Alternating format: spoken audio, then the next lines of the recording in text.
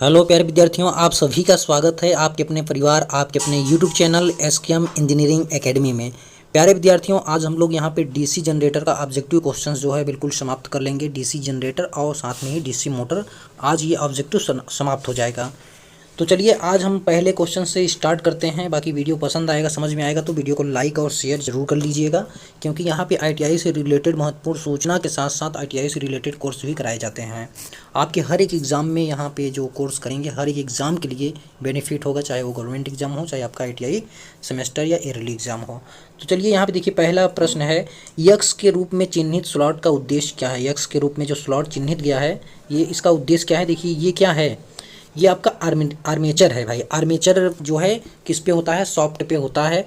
तो सॉफ्ट पे ये आर्मेचर को कसने के लिए बनाया जाता है। ये की डाल के यहाँ पे क्या करते हैं, कस देते हैं इस आर्मेचर को। ठीक है, यहाँ पे आर्मेचर का काम क्या होता है भाई, डीसी जनरेटर में आर्मेचर का काम क्या होता है, इसमें आर्मेचर की वाइंडिंग की जाती है। ठीक है, और आर्मेचर में जो वाइंडिंग की जाती है उसका काम होता है ईएमएफ इंड्यूस करना। ठीक है, और पोल पे जो बाइंडिंग की जाती है, जो जिसे हम फील्ड पोल कहते हैं, फील्ड पोल का काम क्या होता है, मैग्नेटिक फील्ड को स्थापित करना। ठीक है, तो यहाँ पे देखिए क्या है, कुंजी तरीका ठीक करने के लिए, ठीक है, टू फिक्स द के वे। ठीक है, कुंजी को ठीक करने के लिए यही इसका राइट आंसर होगा। ठीक है, चलिए नेक्स्ट क्वेश्चन देखते हैं। यहाँ पे देखिए, डीसी जनरेटर में फील्ड कॉइल का उद्देश्य क्या है। देखिए यहाँ पे हमने इस पर डिस्कस किया और यहाँ पे पूछ लिया गया है फील्ड कॉइल का उद्देश्य क्या है। ठीक है, एयर गैप में फ्लक्स को बढ़ाने के लिए, ठीक है, मैग्नेटाइजिंग करंट को कम करने के लिए नहीं भाई। ठीक है, to magnetise the pole to produce coil flux, यही इसका राइट आंसर होगा। क्या होगा, कुंडली फ्लक्स का निर्माण करने के लिए ध्रुवों को चुंबकित करना, इसका काम यही होता है। ये जो आपका फील्ड कॉइल होता है, इसका काम क्या होता है, मैग्नेटिक फील्ड को स्थापित करना।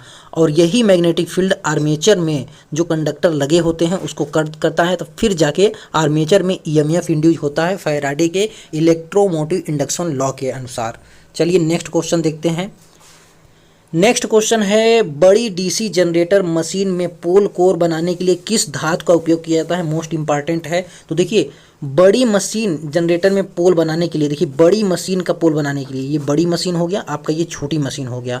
तो बड़ी मशीन को बनाने के लिए या पोल को बनाने के लिए हम हमेशा कास्ट स्टील का यूज करते हैं, और छोटी मशीन को बनाने के लिए या इसके पोल को बनाने के लिए हम हमेशा कास्ट आयरन का यूज करते हैं, कास्ट स्टील। यहाँ पे ये ऑप्शन आपका बिल्कुल राइट होगा। बड़ी मशीन के लिए पूछा है तो कास्ट स्टील, और छोटी मशीन के लिए कास्ट आयरन का यूज किया जाता है।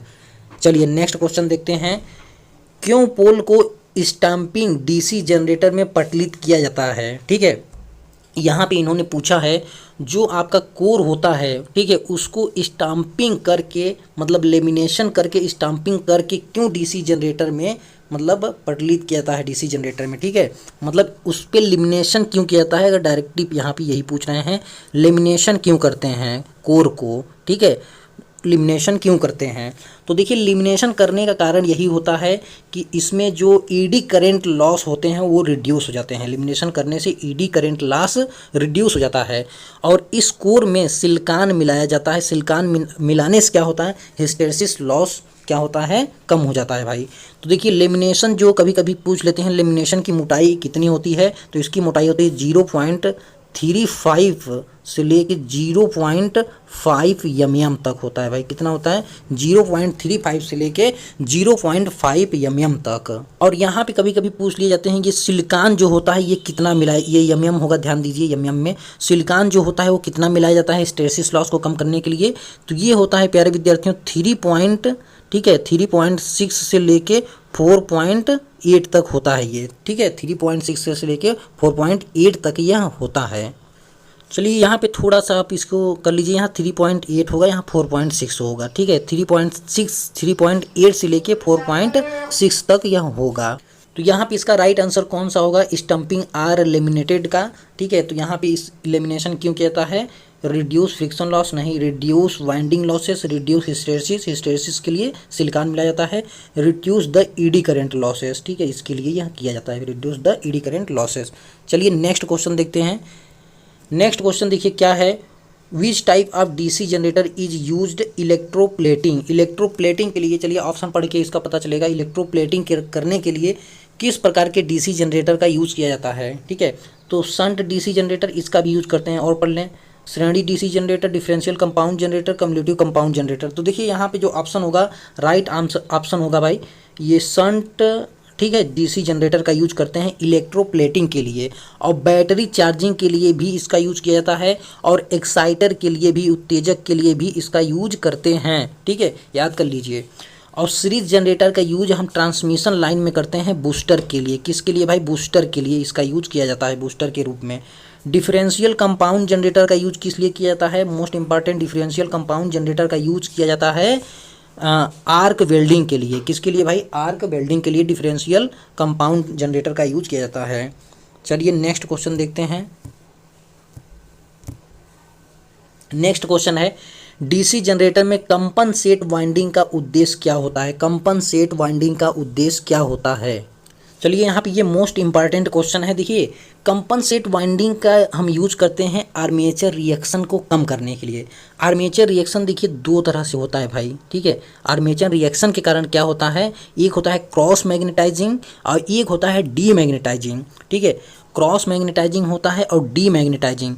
तो जो डी मैग्नेटाइजिंग होता है उसमें क्या होता है, आर्मेचर में, ठीक है, आर्मेचर में करंट फ्लो होने लगता है इंड्यूस ईएमएफ के कारण। तो इसमें भी क्या होते हैं, फ्लक्स निकलने लगते हैं, जो कि हमारे जो स्टेटर पे फ्लक्स, जो वर्किंग फ्लक्स होते हैं, उन्हें ये क्या करते हैं भाई, कम कर देते हैं, ठीक है। इन्हें क्या कर देते हैं, इस आर्मेचर फ्लक्स के कारण ये जो मेन फील्ड का फ्लक्स होता है ये कम होने लगता है। तो इस प्रॉब्लम को दूर करने के लिए, और इस प्रॉब्लम का नाम है डीमैग्नेटाइजिंग, ठीक है, इसे क्या कहते हैं, डीमैग्नेटाइजिंग। इसे दूर करने के लिए हम क्या करते हैं, कंपनसेट वाइंडिंग का यूज करते हैं। और कंपनसेट जो वाइंडिंग होता है ये पोल के फेस पे होता है भाई, और ये आर्मेचर के श्रेणी क्रम में विपरीत दिशा में होता है, ताकि इस आर्मेचर फ्लक्स को हम न्यूट्रलाइज कर सकें, ठीक है। और देखिए, अगर बड़ी मशीन में पूछा जाए तब तो अलग से हम वाइंडिंग का यूज कर लेते हैं, और छोटी मशीन में हम क्या करते हैं, इस पोल के वाइंडिंग में ही वाइंडिंग की संख्या बढ़ा लेते हैं। तो यहाँ पे राइट आंसर क्या होगा, neutralise the demagnetising effect, neutralise the demagnetising effect. चलिए नेक्स्ट क्वेश्चन की ओर चलते हैं।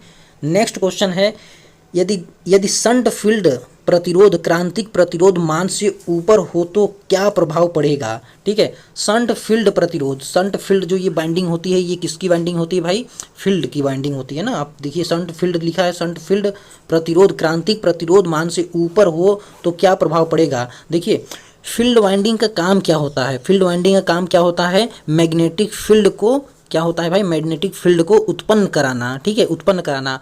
और इस वाइंडिंग का प्रतिरोध अगर क्रांतिक प्रतिरोध से बड़ा हो जाएगा, अधिक हो जाएगा, तो यह मैग्नेटिक फील्ड को उत्पन्न नहीं करा पाएंगे, या कम कराएंगे, या उत्पन्न नहीं करा पाएंगे, जिससे क्या होगा, हमारा टर्मिनल वोल्टेज नहीं मिलेगा, ठीक है। जब यहाँ पे मैग्नेटिक फील्ड ही नहीं उत्पन्न होगा तो टर्मिनल वोल्टेज कहाँ से मिलेगा। तो देखिए यहाँ पे क्या है, आउटपुट वोल्टेज इज पल्सेटिंग, नहीं, output voltage is above normal, ठीक। Generator fail to build up voltage, generator fail to build up voltage, क्या होगा, फेल्ड कर जाएगा, जनरेटर वोल्टेज बनाने में विफल हो जाएगा भाई। चलिए नेक्स्ट देखते हैं, डीसी जनरेटर में आर्मेचर प्रतिक्रिया का प्रभाव क्या है। डीसी जनरेटर में आर्मेचर प्रतिक्रिया का प्रभाव क्या है। देखिए, आर्मेचर रिएक्शन, ठीक है, डीसी जनरेटर में आर्मेचर रिएक्शन का प्रभाव क्या है, तो ये क्या, इसके प्रभाव के कारण आउटपुट वोल्टेज जो होता है वो कम होने लगता है। क्यों? क्योंकि आपका जो मेन फील्ड फ्लक्स है वह कम होने लगता है, ठीक है, मेन फील्ड फ्लक्स क्या होता है, कम होने लगता है। देखिए, आउटपुट वोल्टेज इंक्रीज नहीं, आउटपुट वोल्टेज डिक्रीज, बिल्कुल आउटपुट वोल्टेज क्या होता है, डिक्रीज होने लगता है। चलिए नेक्स्ट देखते हैं भाई। नेक्स्ट क्वेश्चन यहाँ पे देखिए न्यूमेरिकल है, सिंप्लेक्स वेव वाउंड आर्मेचर के साथ, देखिए कैसा, ठीक है, आर्मेचर किस प्रकार का है भाई, वेव प्रकार का है। तो यहाँ पे लिख लेंगे WAV, वेव है, ठीक है। सिंप्लेक्स वेव वाउंड आर्मेचर के साथ एक 4 पोल, यहाँ पे P बराबर इन्होंने दे रखा है, P बराबर कितना दिया है भाई, P बराबर इन्होंने दे रखा है 4, ठीक है, P बराबर क्या दिए हैं, 4 दिए हैं, ठीक है। 4 पोल डीसी जनरेटर में 1020 कंडक्टर हैं। तो यहाँ पे Z बराबर इन्होंने दे रखा है, Z बराबर कितना दिए हैं, 1020 कंडक्टर, Z बराबर कितना है भाई, 1020 कंडक्टर, और 1500 आरपीएम की गति से संचालित हैं। तो यहाँ पे N बराबर आपका दे रखे हैं कितना, 1500, ठीक है, 1500, और संचालित है, फ्लक्स पर पोल 0.007 वेबर हैं, तो उत्पादित ईएमएफ, जनरेटेड ईएमएफ की हमें गणना करना है। और यहाँ 5 का मान क्या है भाई, यहाँ पे 0.007 वेबर है, ठीक है, यूनिट नहीं लिख रहा हूँ, वेबर है, ध्यान दीजिए, ठीक है। तो बस हमारा क्या होता है, जनरेटेड ईएमएफ बराबर भाई, सूत्र यहाँ पे लिख लेंगे जनरेटेड ईएमएफ का, तो हम जानते हैं ईजी बराबर होता है, देखिए यहाँ पे ईजी बराबर होता है आपका क्या, जेड एन फाई, ये मोस्ट इंपॉर्टेंट फार्मूला है, Z N phi P is बटे में होगा 60 ए, मोस्ट इंपॉर्टेंट फार्मूला है, आप इसे याद कर लीजिए। देखिए अब आर्मेचर में वेव बाइंडिंग है, तो वेव बाइंडिंग का मतलब यहाँ पे ए बराबर क्या हो जाएगा, 2 हो जाएगा, और लैप बाइंडिंग में ए बराबर पी होता है, तो यहाँ पे ए बराबर 2 होगा। तो चलिए इसमें जो जो मान दिया है हम यहाँ पे पुट कर देते हैं, ठीक है। जेड बराबर क्या है भाई, 1020 है, यहाँ लिखेंगे 1020 लिख लेंगे, और यहाँ पे यन बराबर कितना है, 1500 है, चलिए यहाँ पे 1500 लिख लीजिए, और फिर यहाँ पे फाई बराबर कितना है, 0.007 और ये 7 है यहाँ पे, फिर P बराबर यहाँ पे क्या दे रखे हैं, P बराबर 4 है, फिर बटे में यहाँ पे कर लीजिए 60 फिर ए बराबर क्या है, यहाँ पे ए बराबर 2 हो जाएगा आपका, ठीक है। चलिए इससे इसको कट कर लीजिए, 2 दूनी 4 हो जाएगा ये, ठीक है, 2 दूनी 4, और इस जीरो से हम इस जीरो को भी काट ले रहे हैं, और ये 2 तिहाई यहाँ पे 6 हो जाएगा, और 3 बच्चे यहाँ पे हो जाएगा 15। अब ये 2 जीरो हैं यहाँ पे, तो यहाँ गुणा कर लीजिए, तो ये दशमलव इधर आ जाएगा। तो फाइनली आपके पास बचा क्या है, 102, फिर मल्टीप्लाई यहाँ पे 5, फिर यहाँ पे मल्टीप्लाई 0.7, ठीक है, 0.7। अब इसमें गुणा कर लीजिए, 5 दूना 10, फिर ये 10 हो जाएगा, 5 एक क्या 5, फिर यहाँ मल्टीप्लाई कर लीजिए 0.7 का, तो यहाँ पे 7 शून्य 0, फिर 7 एक क्या 7, और 7 बचे 35 हो जाएगा यहाँ पे, और ये एक अंक पे दशमलव है, तो यहाँ दशमलव लगा दीजिए, 357 आंसर होगा। ये कितना वोल्ट होगा भाई, 357 वोल्ट। तो यहाँ पे ऑप्शन कौन सा होगा, ऑप्शन जो है सी, यहाँ पे देखिए बिल्कुल राइट होगा, ऑप्शन सी क्या होगा, बिल्कुल राइट होगा। ओके, चलिए नेक्स्ट क्वेश्चन देखते हैं भाई। नेक्स्ट क्वेश्चन देखिए यहाँ पे है, बड़े डीसी जनरेटर में आर्मेचर प्रतिक्रिया के प्रभाव को कैसे बेअसर किया जाता है, तो वही कंपनसेट बाइंडिंग का यूज करके, किसका भाई, कंपनसेट बाइंडिंग का यूज करके, ठीक है। छोटी मशीन में हम आपको बताए हैं, छोटी मशीन में क्या करेंगे, मतलब अपने पोल पे ही वाइंडिंग की संख्या को बढ़ा देंगे। चलिए भाई, डीसी जनरेटर में क्या प्रभाव होता है अगर इसे लंबे समय तक बंद कर दिया जाए। देखिए डीसी जनरेटर जो होता है भाई, ये क्या होता है, अगर लंबे समय तक बंद कर देंगे तो क्या होगा, इसके फील्ड में, ठीक है, ये जो रेजिडुअल मैग्नेटिज्म होता है, अवशिष्ट चुंबकत्व होता है, वो क्या हो जाएगा भाई, वो ख़त्म हो जाएगा। तो यहाँ पे अपने अवशिष्ट चुंबकत्व को खो देगा, ठीक है। डीसी जनरेटर को अगर लंबे समय तक बंद कर दिया जाए तो यही इसका राइट आंसर होगा। होने तो और बहुत कुछ होगा, लेकिन सबसे इंपॉर्टेंट पूछा जाने वाला यही प्रश्न है कि इसका अवशिष्ट चुंबकत्व जो होगा वो खो जाएगा भाई। चलिए यहाँ पे देखिए एक फिर क्वेश्चन आ गया है, ठीक है। यहाँ पे देखिए 4 पोल क्वेश्चन है, 4 पोल डायनमो के प्रेरित ईएमएफ की गणना करें। चलिए यहाँ पे P बराबर देखिए दे रखे हैं भाई, ये P बराबर यहाँ पे क्या है, 4 है, ठीक है, P बराबर 4 है, ठीक है। गणना करें 1000 आरपीएम, 1000 आरपीएम मतलब यन बराबर इन्होंने दे रखा है भाई, यन बराबर कितना है, 1000 है, ठीक है, यन बराबर 1000, ठीक है। आरपीएम लैप वाउंड है, ठीक है। आर्मेचर में किस तरह की वाइंडिंग की गई है, लैप वाइंडिंग, तो LAP। अब लैप में क्या होता है भाई, A बराबर P होता है, ठीक है।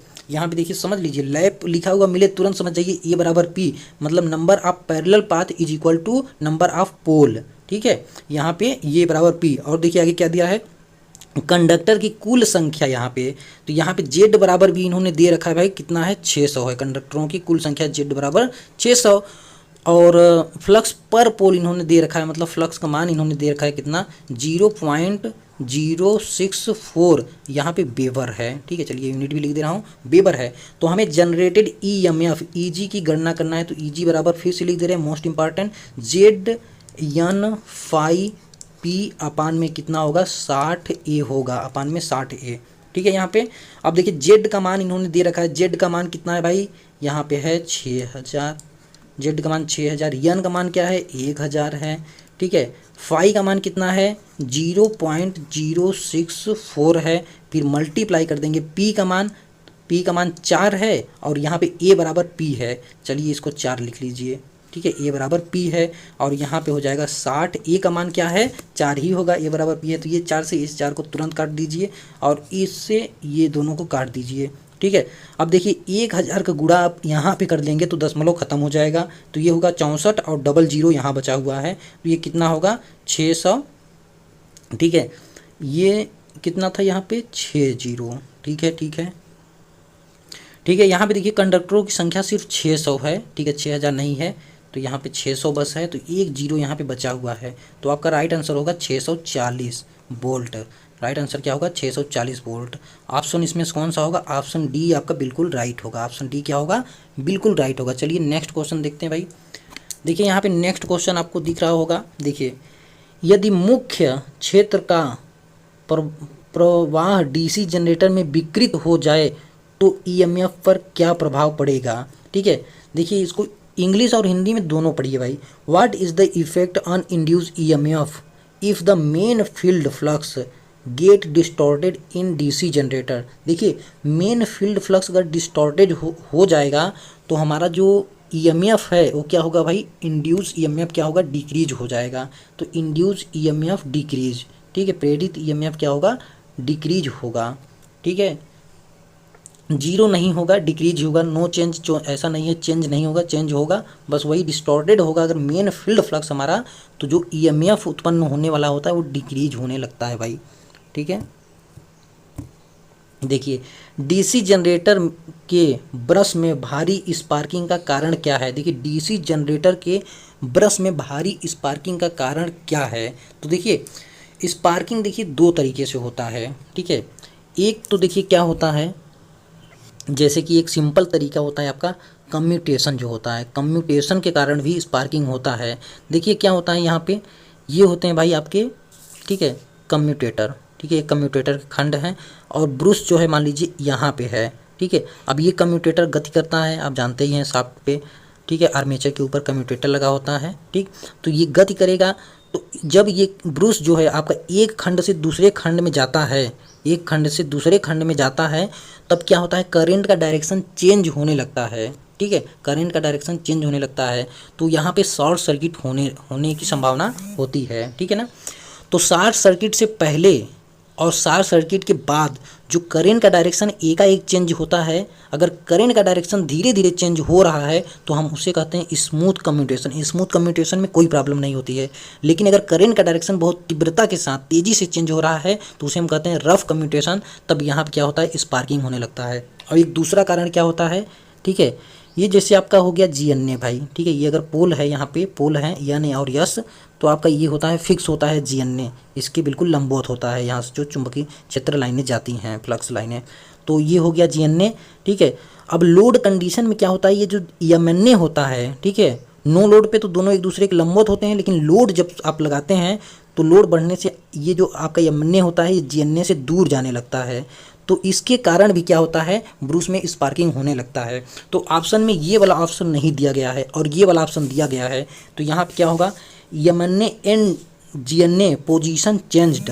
ठीक है, यही होगा ईएमएनए एंड जीएनए पोजीशन चेंज्ड, ठीक है। तो ये ऑप्शन बिल्कुल राइट होगा, सी यहाँ पे बिल्कुल राइट ऑप्शन होगा। ओके प्यारे विद्यार्थियों, वीडियो अगर अच्छा लगा है, पसंद आया है तो वीडियो को लाइक और शेयर जरूर करें। आज के लिए बस इतना ही रखते हैं। Thank you for watching my video.